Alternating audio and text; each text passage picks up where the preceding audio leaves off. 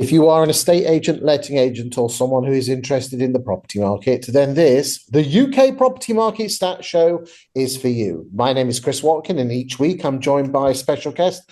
This week it is the beautiful Bryan Mansell. We'll come to Bryan in a second. Why should you be watching this show? Well, if you're interested in the property market, like most UK people, then this show is for you. The vast majority of stats that are published, the Land Registry, are 8 or 9 months out of date. The Nationwide and Halifax are stats that are 2 months out of date. This is days out of date because we're looking at last week, okay? We are looking at week 4 of January, which was Monday the 27th of January, all the way through and to include Sunday the 2nd of February. We will be looking at the property market in terms of listings, price reductions, sales agreed, net sales. We'll be looking at house prices and what's happening in the property market. The show itself will last approximately 45 minutes. The last quarter of an hour will be on a town or a city where we will focus on what's happening in that particular market. This week it is on Penzance. The first half an hour will be looking at the UK property market. This week I'm joined by Bryan Mansell, and a big name in the industry. Used to be big in the game when he was a regional director for Countrywide, very well thought of in the industry, and now he's the boss man of Gazeal, which is a firm that helps estate agents and, more importantly, our homeowners to stop house sales going through. Bryan, great to see you, mate. Just to correct you on that one, we don't stop them going through; we stop them falling apart. But wouldn't be a very popular business if it did the other one. Here you go. Chris, hi, I hope you're well, mate. I hope you're you know what I mean. Well, bottom line is, ladies and gentlemen, if people say to me, how do I stop sales falling through? And the two big ones I'm saying at the moment, well, three are this. One is get your solicitors onboarded on listing. Two, get sales progression, outsource it, even if it's to someone within your office, that make sure it's specialized. And three, massive fan of reservation agreements. And as long as you sell them well and trained well, which again, I'm a big fan of Gazeal, others are available, then you won't go far wrong. Anyway, let's do the plug. Bryan, let's crack on. Let's have a look at those week 4 Stanaroonies. Here we go.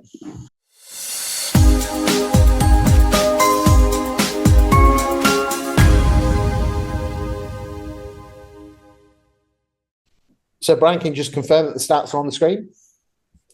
All good. Excellent. Right. Without further ado, let's go and have a look. So this week, we have put onto the market 35,889 properties. The average price of a property coming on the market is 413,600. Year to date, in terms of weeks, we are at 131,966 properties, which I'm again just looking. And this is week 4. Now, I'm just looking purely at January now. This is just 1st to the 31st. The number of listings in January 25 is 12.9% higher than it was in 2024. So we've got more listings. In fact, if you can see on the screen there, there's a lot more listings coming through, which is good. And again, this graph here just shows you the white line is 2025 compared to the other years. More houses come on the market. Bryan, thoughts? Yeah, really great start. I mean, we've had this reported by hundreds of agents that we work with throughout January, and it looked like January got off to a flying start. Typically, most years, as you know, tend to sort of dribble along for a couple of weeks and then really catch fire towards the end of January into February. But it seemed like, as soon as the 3rd of January, which was a Friday, hit and everyone was back to work, boom, everything came on the market. Oh, there you go. Look, there's week 1. Look at that. I mean, starting really around 15, 16,000 and we were up at 25 and boom, she's flying, isn't she? A really good start. So, yeah, hopefully that will give everybody a lot of inspiration, a lot of positivity for the year ahead. Again, let's just have a quick look, ladies and gentlemen, at the number of properties for sale. And these stats are based on the 31st of January. Okay, so and there was, as we left January, there were 659,859 properties for sale. And as you can see on the screen now, those are the other 31st of January figures. So again, it just gives you a flavour that there's quite a bit of stock out there. Not too much. Do remember that when there was too much stock, which is in 2008, there were between 1.2 and 1.4 million homes for sale. So the magic is this, and again, teaching graphics, okay, because it is all about listings, but we are getting quite a high level of withdrawals in the market at the moment. 47% of properties do eventually get withdrawn from the market. So stock levels are relatively okay. It's when that stock level starts getting to 800, 900, a million, that's when alarm bells should start ringing. So that's a great bellwether, ladies and gentlemen, to judge the market. And you can do the same with your own market. See how many houses are on the market, do it as a whole, do it by sector, detached, semi, terrace, bungalow, and you'll see if there's an oversupply of property, because when there's an oversupply and the demand doesn't match, that's when you start to have problems with house prices. Anything else before we move on to price? No, just that I think it'd be interesting offline to look at, when you look at these stats and you think, okay, 136,000 is a great start to the year, one of the best starts for the last decade. Before we get too overexcited, there's other stats that need to be analysed to see whether or not this is an economic shift, or is it actually people being clever with using the internet to come off the market early, Q3, wait, and then relaunch in the new year to take advantage of the Boxing Day bounce, as it's so often now called, which seems to be as important day as Christmas Day to agents. Well, again, let's remember that those stats there, the Boxing Day listings, which again a certain very large firm uses, and I know other smaller agents are using it, would fall in the December figures. So these are not your December, but you are absolutely right. There's going to be some people who took their houses off the market back end of last year who are now putting their houses back on. We don't. That happens every year, though. That happens every year because there's such a big jump. It's hopefully, and what I hope for in my ever positive outlook is that, and my optimism is that this is new sellers.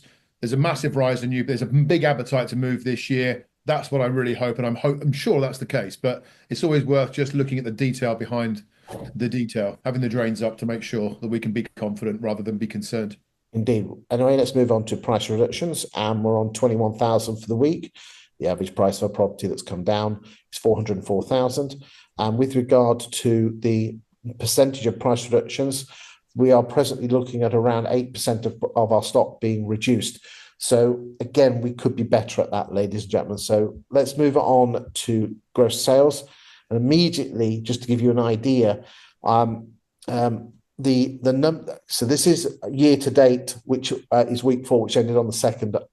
We are just under 20% ahead of 2024, which is absolutely amazing. And when you consider, and if I just look at the actual January, not week 4, there's going to be close.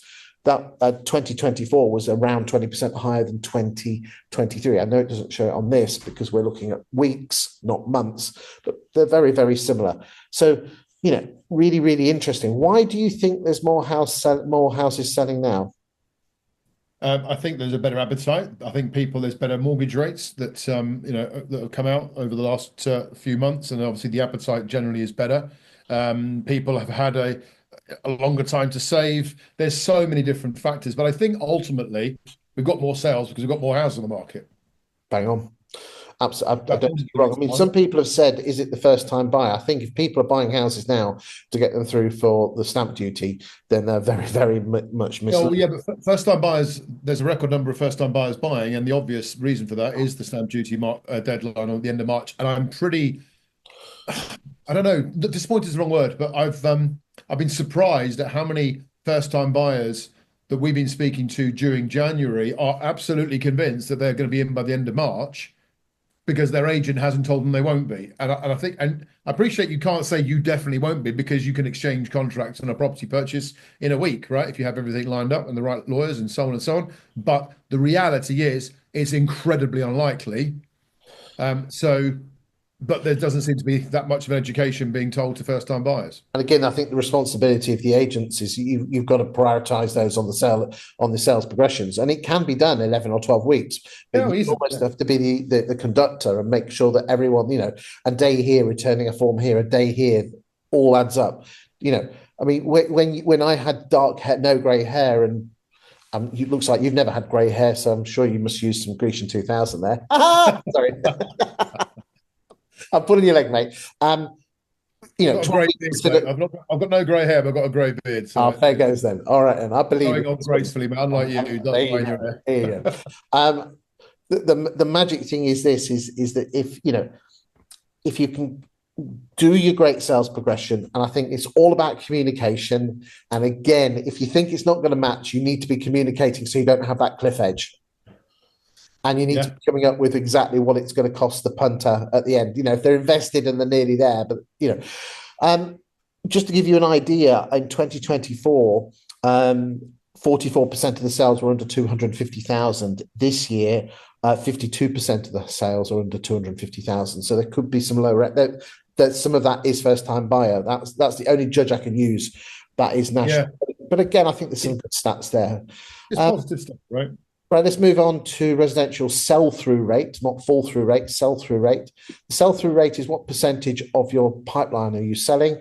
And we sold just over 15% of our pipeline in January, which again is nowhere near what it was in the supposed good times of 20 and 21, where it was up at 30.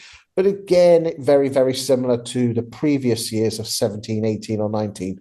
I find it amazing that the market just is very cyclical. As you can see here, bump, bump, bump. And even in the good times, if you say they're good times, we have look at the shape of the graph. They're always the same. Up, bit of an Easter wobble, down, up just before autumn, and then down again for Christmas. This graph here just shows you the sales agreed as a percentage of listings. So if you had 100, if you had 100 listings and 80 sales that month, I know they're not necessarily the same. That's an 80% ratio. Again, there was a heavy month in December, so she has dropped back down. But again, still, that's really, really good. Sales agreed, running at around 65% of properties coming on the market. But remember, that comes down to 53% when it gets through to exchange. The average asking price of a property coming on the market is 354,600, and again, sales agreed 27,000. To say that we are really only 1,500 off what was happening in 2021, that is amazing, considering all the issues that are out there in the economy and the world, isn't it, Brian? It is, but look, over time, we've been in this game a long time, right? And the world happens around your life. So if you're having to move and you have an appetite to buy, because you actually want to get out of a rented property and you want to, get a mortgage and all these things, then you're going to do it at the moment in which you can afford to do it. You're not going to sit. And I had this conversation every week with estate agents who go, "Oh, it's a buyer's market. The only people that really pay that much attention to that is the estate agent. The Joe public don't sit there and go, I'm a first-time buyer and I've got my deposit saved, but I'm going to wait until prices come down. They go out and go, great, we can afford to buy something now, let's go and do it. And people who are being divorced don't put their divorce off until the market becomes the seller's market. They get divorced because they get divorced. So Awesome. the agents get hung up on the market conditions, whereas the public don't. So, and then every single property you deal with sometimes is market proof because of the right price, the right interest, the right location, da da da da da. So you are so right. You are so right. The gap, this is the red line shows the average listing price, and the orange line shows you the average sale agreed price. And that was what the asking price is when it went sold. We obviously don't know what it sold for, although normally it's around 2% and always has been for the last 10 years, except COVID. It's the gap between the two that we want to measure, and regular viewers of the show will know that. So as you can see here, the average price for property selling, and we've already said, is 354, and the average price for property coming on the market, 413. The reason that it's much lower is lower price properties have a higher propensity to sell. The gap this week is 16.7%, which is in line with the long-term average, and actually quite a bit lower than what it is for this standalone week. Anything on the sales before we go to sales progression? Sales, I'd be really interested, and I think we would know the answer. I think the graph that shows the prices that are selling and the prices that are on the market for, if you did a review of that with applicants, with buyer data, the prices the buyers are looking for when they register and the price they actually buy, I suspect you'll see a similar thing. Bang on. Fall throughs this month. So let's just have a quick look at the stats. So fall throughs there we go. So the fall through rate is around here it is 22.49%. The fall through rate this week, as I said, it said it was 22, but again, that's just the graphs going back a couple of years. Again, that there was the Kwarteng budget. We sometimes have some spikes at Christmas, depending how the weeks fall. We did have a spike this week, but it wasn't so prevalent. Ignore the spikes; it's the general trend we're looking at. But this is the most important part: is what percentage of sales of your pipeline fell through in January. And again, we were up to 6%. So you would expect to lose on average 6% of your pipeline. It is always slightly higher as we come into January because as you can see here, December was normally a bit lower. Again, fall throughs are your area of expertise, Brian. Any thoughts on these? Yeah, you're always going to get until something happens about the people pulling out of transactions. I expect that's going to rise because when a lot more stock comes on the market, that equals a lot more choice for the punter, for your buyer, right? And if your buyer going into the spring market as we go through February, March, I'm telling you now, the more properties that come to the market, the higher the fall throughs will be because we will see properties being reduced again. And the one thing I can guarantee every single person that watches this program is that when you arrange a sale, the buyer does not switch off their right move alerts. So definitely time. I mean, we've been absolutely overwhelmed by new agents coming on board. So the really positive thing is that there are many, many hundreds of agents out there that are finally getting up and going, right, time to do something different, 2025. Let's look at this. And that's great. But you're going to see fall throughs going up because no one's stopping them at scale. And when your listings go up, your sales go up, your fall throughs go up. And ladies and gentlemen, again, I'm a massive fan of Gazeal and other reservation agreements, but please, the amount of times I talk about reservation agreements and people actually have got this strange idea of what they are or what they're not and whether they're tying people in. Just speak with Bryan or someone else that does reservation agreements. And if you are interested in, it's really, really important that you get your staff, especially your valuers and listers, to use it as not as a barrier to get the listing, but as a tool to get the listing. And if their mindset is correct and your mindset is correct, they will persuade the vendor to use it as a great way. Because the biggest challenge at the moment of estate agency is getting more listings. It always has been, always will be. Use this. Just imagine for 1 minute, right? If you go back to those stats a minute ago, if you had that at 5%, just imagine the incredible opportunity that not only the agents themselves have by moving more people, but how much more money they're going to make on comms, which is why they do this in the first place. And imagine how much different the year ahead looks when you've got that much more revenue coming in compared to what you've ever done before. You're Especially absolutely if you right. do that for free and do it with something that people really want. I know. But Estate agency profession, please look into it. Look into reservation agreements. Get your solicitors instructed on listing. It's all your listers' fault because they see it as a barrier to get the listing. No, it's not. It's a way to get the bloody sale through and get your house and get paid. Net sales, 71,000 up to the end of year 4, which is 29% higher than 2024. I mean, again, we are 5,000 off what we were in 21. These are really, really good numbers. The white line there is your each week standalone. And again, look, the green line is slightly higher there in week 4. But remember, we were running out of lockdown then, so we were like cumulative there. That's the cumulative number. It's really good. We had a better start in 25 than we did 21. So yeah, look at that. That is really, really good. So moving on, price changes to listings at 58.6 and gross sales as a percentage of listings at 76. We've got some other graphs here, which again we use every week. And as you can see here, that we are the number of properties that left estate agents' books, 53% left estate agents' books in January exchanged, so you got paid on them, and 47% left withdrawn with no payment at all. And again, this is such a waste, isn't it, Bryan? Yeah. So sorry, Chris. So this is if you go back to that one for me, this is basically the percentage. So you got what have we got?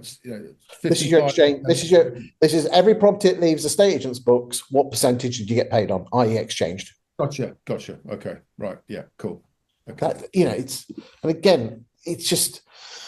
I find it fascinating that all we're interested in seems to be the listing. It's getting the listing and converting it into a sale. Right. Let's just we've got a few more extra stats here. Number of properties for sale we've already talked about. The number of properties in agents' pipeline is 440,000. So we normally expect a little drop in January compared to December, but we've had it got stripped out in December, but we've been piling them in quite nicely in January. So that's really, really good. In terms of the pound per square foot figures, I'll just pull those up very quickly. Hold on a second. Where is it? There we go. Hold on a second, Bryan. Here we go. So our sale agreed prices on pound per square foot in January was £342, which is £4 more than what it was in December and about the same in November. Why are we talking about pound per square foot, ladies and gentlemen? That orange line is what will happen to the land registry in 5 or 6 months' time. And everyone holds the land registry up on a pedestal. This foretells it with a very, very high level accuracy rate, about 92%. So that's a great way for you to judge what's happening to house prices. If you want to know the bottom of the market or the top, follow that orange line. And we come back every week. Just a final couple of graphs before we go to Penzance. The proportional split of properties on the market, which is your orange, and the green, which is properties for sale. And we did that's proportional and that's pure numbers. So again, it just gives you a flavour of the market. Bryan, any thoughts before we go to Penzance? No, just I think that, I mean, short and sweet today. I think it's pretty much a pretty good sign. It's positive. The year started with all the right indices going the right way. You know, houses coming on the market. If that's what it's all about. If you've got the house on the market, you've got a chance of moving people and getting them sold, and everything spins off the back of that. So I just would like to make sure that people keep a very close eye on pricing, because of course one of the things when there's lots of stock coming to the market, a lot of overvaluing can happen. So we've got to keep that ratio in mind. Let's not try and let that time to get the deal in the pipeline slip, which did last year. It was going at 25 days for a period, then it dropped to 64 days. So if it's taking you 3 times as long to find a buyer, then you've got 3 times longer to wait with a liability on the business. Every listing is a cost liability on the agency business, and it becomes an asset once it completes. So just do whatever you can to get that liability to become an asset, and you'll have a really good year. Excellent, Bryan. Exception as always, but that's why you're a regular guest. Right, ladies and gentlemen, that's the end of the first part of the show. We'll now go to Penzance.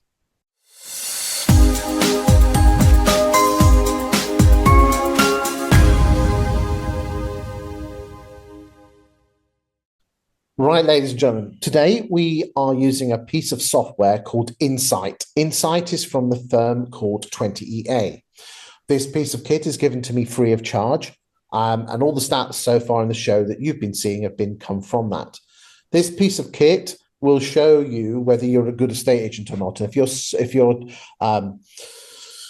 being battered by cheap fee agents or ones that overvalue and you're a great agent, then this bit of kit, which is totally independent, will actually show that to you.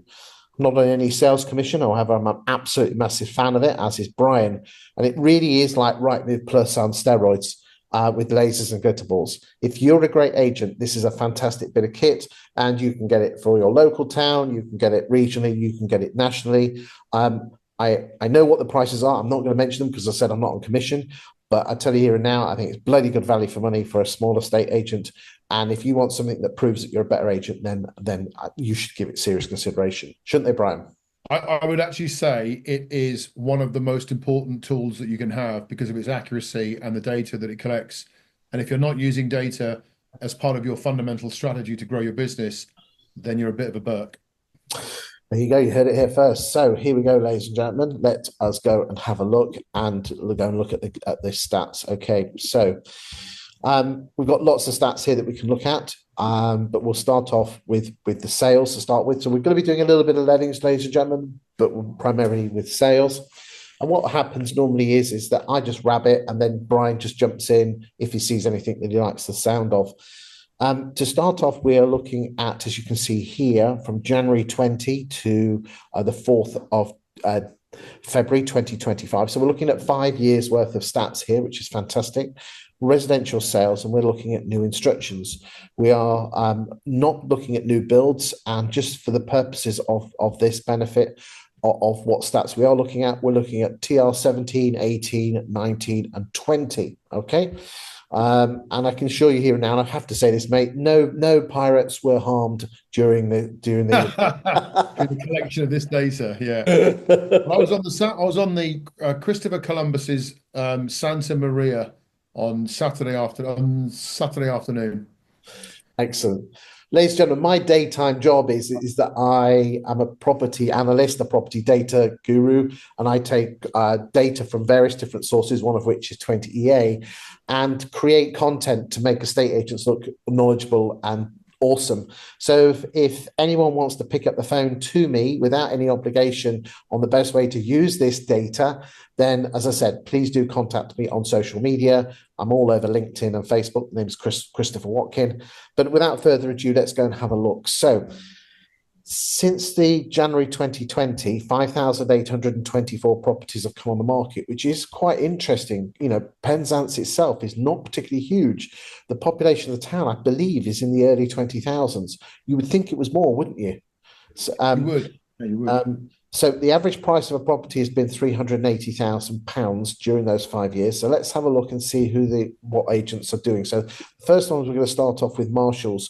And you can see here with the yellow line that their market share has been dropping slightly between 21, 22, 23 from around 25% to around the 17 or 18%. But it looks like since, and again, I know that, again, if you're watching this on a mobile, don't bother. You need a full screen on this one, ladies and gentlemen. You can see that their market share seems to have been growing since the summer. So massive well done there to Marshalls. Their average price, 376,000, which is in line with the average. Let's go and look at Stacey Mann. So again, their market share seems to be pretty stable around that 16 or 17% mark, with a huge jump here in February. So what I might just do is just level it out because we're only in the first few days. And if you have just a nice run, so all of a sudden now we put that. So I see there, Brian, a slight drifting down from the early 20s in 2020, 21 to the late teens. But that's showing to me there that in 24, market share was growing for residential sales. So well done there. Average price 368. So again, you know, it's not as if they're taking the upper, middle, or bottom. Miller Countrywide. Again, nice and steady, and a bit of growth in 2021, a bit of that, had a bad 22, but have been growing since. Curb Appeals, great name there, Brian. Nice and steady. Let's go and look at Bradley's. Again, you just jump in 8 times, slight drift down. All I'm going to say is this, and that is that if you look at these graphs, which we do all the time, they all seem to have one thing in common, right? With the odd exception, that they're pretty much the same over the years. Everyone's in their lane, aren't they? They're in the lane, they're up and down, which just goes to show a significant lack of innovation. Andrew Exelby, yeah, he's in his lane. Lillycrap Chilcott, great name. Look, isn't it interesting? No one's growing. There's no upward trajectory. If you think about any product, any marketplace where someone comes in, they either succeed or they fail, but they very rarely just flatline. You know, people either there's a steady good sign of growth, which shows that there is doing things and continuing to innovate, continuing to push the boundaries, to be brave. But most people, it's just dull. It's just, they get a good month when they first start, and then they just plateau because they start spending more time on all the other stuff that is less important than listing houses. Let's just have a quick look. Let's just see if there's any new ones in. So this is the last year. So let's just, because if there's someone that's just come in that might have not been caught on the list there, I cannot see PRH seem to be pretty new. Let's have a look. They seem to be doing quite well, but there's no one new there. But again, it just gives you a flavour of, we'll just have a quick look at the last year. Oh, that Marshall seemed to, again, a great quarter 4 there. Well done, ladies and gentlemen there. That's not bad. Okay, let's move on and let's just have a look at this chart here. And again, it just shows you, we're looking here between the 5th of Feb 24 and the 4th of Feb 25. And again, most agents will be looking at new instructions market share because you all love your pie charts and you sold up the contracts. Again, if you're posting pie charts, you're wasting your time. You're just waving your willies. The magic thing here is, let's just have a quick look, is that average of 40% properties have been reduced. Is there any big ones there that are being reduced? 63% of who's there? Bradley's. I wonder if they're overvaluing because 63% is quite a chunk, but everyone's quite nice and tight in the late 30s, early 40s there. There's some 60s down there, but again, small numbers, but again, not brilliant. Fall throughs, average is 28.6. Wow, that's a big fall through rate, isn't it? Stacey Mann, 37%. Okay. Yeah. The average is 28. Oh, look, Miller Countrywide, they've got a low fall through rate. That's interesting. But they're not but they're not actually selling that much. Ladies and gentlemen, this is where the magic happens. Exchanged and withdrawn, okay? So these stats come from 20EA, and they look at your portals, they look at your website, they look at and they also grab data from the solicitors, because this data is available through solicitors, and they cross-reference everything to see whether the property exchanged or not. And in the last year, this is what this is telling me here, Stacey Mann, is that they exchanged contracts on 58.6% of the properties that left their books, and 41% of properties that left their books they didn't get paid on. The average is 45. So Andrew Exelby is fantastic at 62, mate, isn't it? It is, yeah. I mean, Miller Countrywide at 4%, 4 fall-through units, because they're not selling anything. I mean, just unbelievable, isn't it? I mean, how can you? Yeah, look, yeah. I mean, 67 properties, and you actually turn 167 liabilities. Less than a third, well, about a third of those turn into money. I mean, it's just, well, how much time must they waste? Wow. So again, look, if you add up the exchange percentage and the withdrawn percentage, it's 100%. These 4 columns are the most important columns. So if I was, say, Andrew Exelby, and I was up against, say, Miller Countrywide, and we're not criticizing anyone, but you could say Mrs. Miggins, if I worked for Andrew Exelby, over 6 in 10 homes that come on the market with me will crazy. sell. You just have a field day. An experienced agent in that place would cause havoc, right? You got agents there that are losing more than they're selling. That is not a successful agency business. Oh, imagine just let me loose in there for a week and I'd cause some carnage. I tell you. It's a beautiful place, it's Penzance. So you used to have an office there. Remember, ladies and gentlemen, again, if you do get this bit of kit and you want to know the best way to get it across while still remaining legal, because there are certain things you can or can't say, then again, as a property statistician, I'll be able to give you some guidance and support on that. Yeah, some amazing stats there. Let's move on. So here we go. We suggested that Bradley's overvalued, didn't we? Because they're I didn't. I did. Sorry, I did. Okay. Well, this line here is the overvaluing score. Okay, so basically what 20EA do, they have a valuation, an AVM model, like a Valpal figure for every one of your properties, and then they have a look at what they eventually come on the market for and measure the difference between the two. So the big agents here are putting their properties on the market. Stacey Mann 1.27 over the what they think it's worth. And this is nice and tight, but Bradley's are up at 5.73. Then, again, we're not criticizing, we're just stating the facts. The price achieved is the percentage that you got from the original asking price. So you can see here that Stacey Mann get 4.58% off the original asking price. So you're overvaluing by 1.7 and you're getting 4.5% less than the original asking price. Now, a lot of people don't like percentages. So if we apply that into pound notes, immediately I can see here that if the average house in Penzance is 400,000, then Stacey Mann will get 386 and Marshalls will get 376. Curb Appeals 391. So again, if I was Curb Appeals, one of these, I could certainly go in if I was up against, say, Marshalls and say, here's some stats. These are independent data that I will get you X £1,000 more than the, £4,866 more for an average property in Penzance than the average Penzance estate agent. And here are stats to prove it. Now, again, you've got to be really careful with the way you put this stats across, because you could be clobbered by the ASA if you don't put this in the right way, ladies and gentlemen. So again, talk to 20A. If you want to pick up the phone to me, you know where I am. I'm all over social media. But there's some fantastic weird numbers. Ignore HomeWise, because they put their properties on at a sub-value price because of the lifetime mortgage element. And ignore this is why, Mr. Stella, that you'll find that I'm £2,000 more expensive than the nearest agent here. But that's because I get you an extra £4,000 or £5,000. So your net benefit is that you'll be better off paying me more money at the end of the transaction. You'll have more money in your pocket. And this is where overvaluing comes in, ladies and gentlemen. You actually have independent stats. If you portray it in the right way and you can explain it in the right way, then you can say, yeah. Do you know what, Chris? This is telling the truth. This is honesty. That's what this is. That's what the stats do. They enable people to make logical decisions, not just purely emotional ones, because they are presented with the facts the truth, the facts of the market and what is happening with the other estate agents and their successes so that people can make an educated decision about what to do, not make an emotional decision based on some bullshit they've been sold. You can see why we're getting back, ladies and gentlemen. Okay, let's just have a look. The average time from new instruction to sale agreed in the last year has been 95 days. The year before in 94, it was 71 days. So the market is hardening.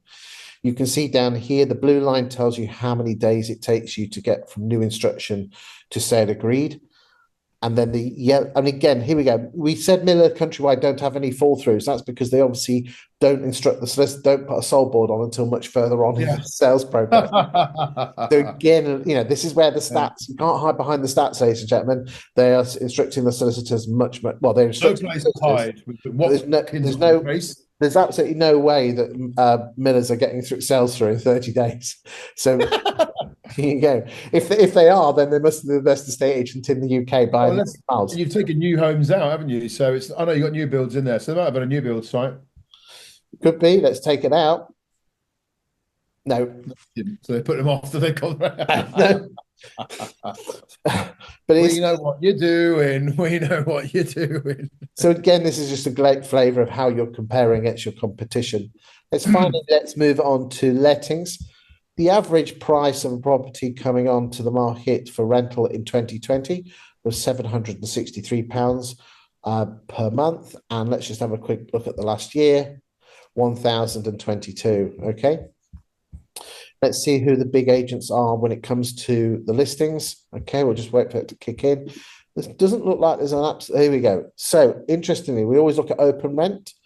And is open rent growing? Yes, open rent's growing. 25% of properties in Penzance are on their open rent. Ladies and gentlemen, because they call me Stato, 51.2% of all the properties that open rent have put onto the market in the last 2 years were previously on the market with a high street agent.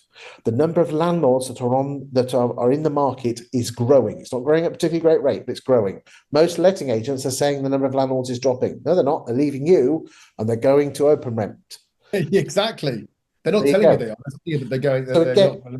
So again, ladies and gentlemen, if you want to know how to make sure you can stop landlords leaving, then you need to use data and you need to use reports to keep them there. And again, if that is a problem with your agency, then do give me a shout because I can help you with that. Let's just have a quick look and see how all the agents are performing. You can see there, Marshalls. New instructions has a direct link to the number of properties on the portfolio. Marshalls are losing. Miller Countrywide. That's pretty stable. Whitlocks. Anthony Richards. We've done open rent. RDR. PRH. Bradley's. Millicent's. Martin & Co. I'll go down to number 15. Goundries. Getting a bit smaller now. I'm going to leave it. Actually, I will go down to but these are really small numbers here. They must be from Truro. They must be Truro agents here. Yeah, Goundries, Lemon Street is actually in Truro. Okay, good stuff. Final thoughts from you, Brian? Sorry? Final thoughts from you? Final thoughts for me. Good start to the year. Positive start to the year. Best start to the year since we came running out of our houses because we were in lockdown and let loose all that pent up desire to run and, and all that. So it's a really good thing. And then we've got, really positive news from the, potential interest rates, the MPC looking at interest rate cuts, even possibly a 0.5 at some point. So that's really good. It's going to hopefully keep the market stimulated and keep it moving forward. So absolutely really good, really positive. I'm feeling great about the market this year. Really good start. But at the same time, ladies and gentlemen, remember only 53% of homes are actually shifting. And that is really important. Again, let's just remind ourselves that in the last year, only 45.9% of houses in Penzance ended up you getting paid on. That means that 56% of the homes that you all listed, you didn't get paid on. Okay, now some of those did move to other agents. But when you actually look at the stats, and I have the stats, it's not that many. Remember, 93.1% of homes that sell with the first agent. Brian, Exceptional advice as always. Thank you for your time. Thank you for your insight. But more importantly, thank you for watching the show. We'll see you next week on week 5 of the UK Property Market Stats Show, where we'll be looking at the UK property market with a different guest and also a different town. Thank you for your time today, Bryan.